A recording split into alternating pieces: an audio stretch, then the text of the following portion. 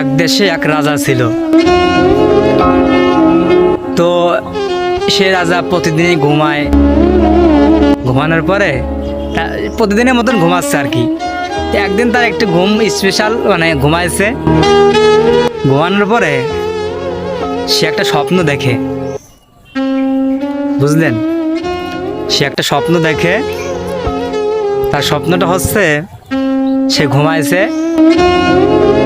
মাঝরাতে স্বপ্ন দেখে যে তার সবগুলো দাঁত ভেঙে গেছে, মানে সবগুলো দাঁত, যা দাঁত ছিল ওই সবগুলো দাঁতই ভেঙে গেছে। দাঁত ভেঙে যাওয়ার পরে সে ঘুমের ভিতরেই লাফ দিয়ে উঠেছে, দেখি রে এরকম একটা বিষয়, আমার দাঁত ভেঙে গেছে। তারপরে সে ঘুমাইছে, সকালে উঠেছে। এখন ওইখানে যে মন্ত্রী মশাইরা থাকে সবাইকে ডাক দিছে যে আজকেই তোমরা একজন ধরে নিয়ে আসো, মানে আর কি যে ইটি পরে, ওই যে অনেকে আছে না যে স্বপ্ন দেখলে বোঝে, এরকম একজন ধরে নিয়ে আসো যে আমার এই স্বপ্নটা বুঝতে পারবে, তার আমি এত দেবো, যে বলতে পারবে সঠিক উত্তর যে দিতে পারবে।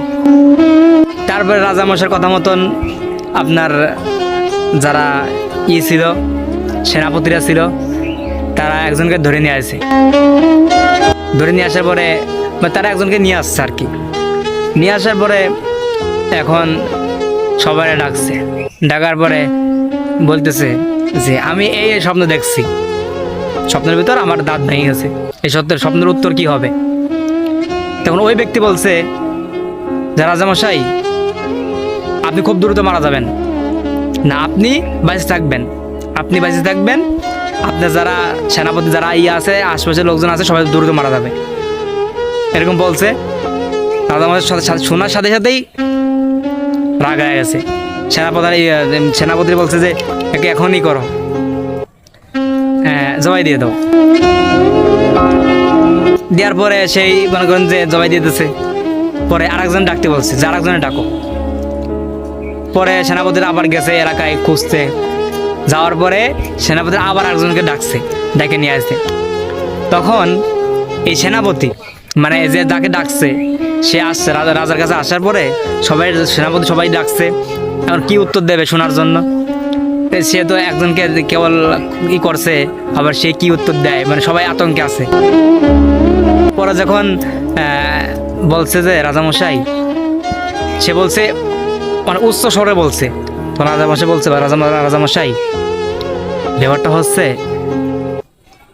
আপনি বহুদিন যাবৎ বাঁচবেন, আপনার আল্লাহ তাআলা হায়াত অনেক দিয়েছে।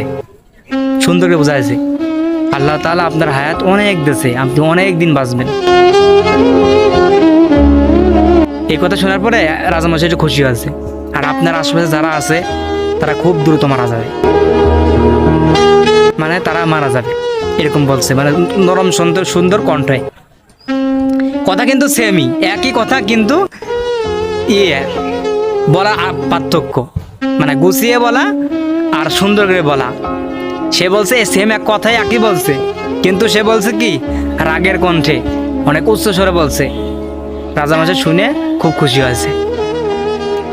এখন এই কথা দ্বারা বোঝাচ্ছে, মানে আপনি কাউকে বোঝানোর সময় রাগের মাথায় বোঝাবেন না। বোঝানোর সময় কাউকে আপনি সুন্দর সুনীল কণ্ঠে, মানে নরম সুরে কণ্ঠে বোঝাবেন। দেখবেন কি হবে, আপনার এই কথা শুনে সে অনেক আনন্দিত হবে এবং আপনাকে ভালো বলবে। আর যদি আপনি রাগের কণ্ঠে বলেন, ভালো কথা রাগের কণ্ঠে বললেও, ভালো কথা রাগের কণ্ঠে বললে ভালো শোনা যায় না।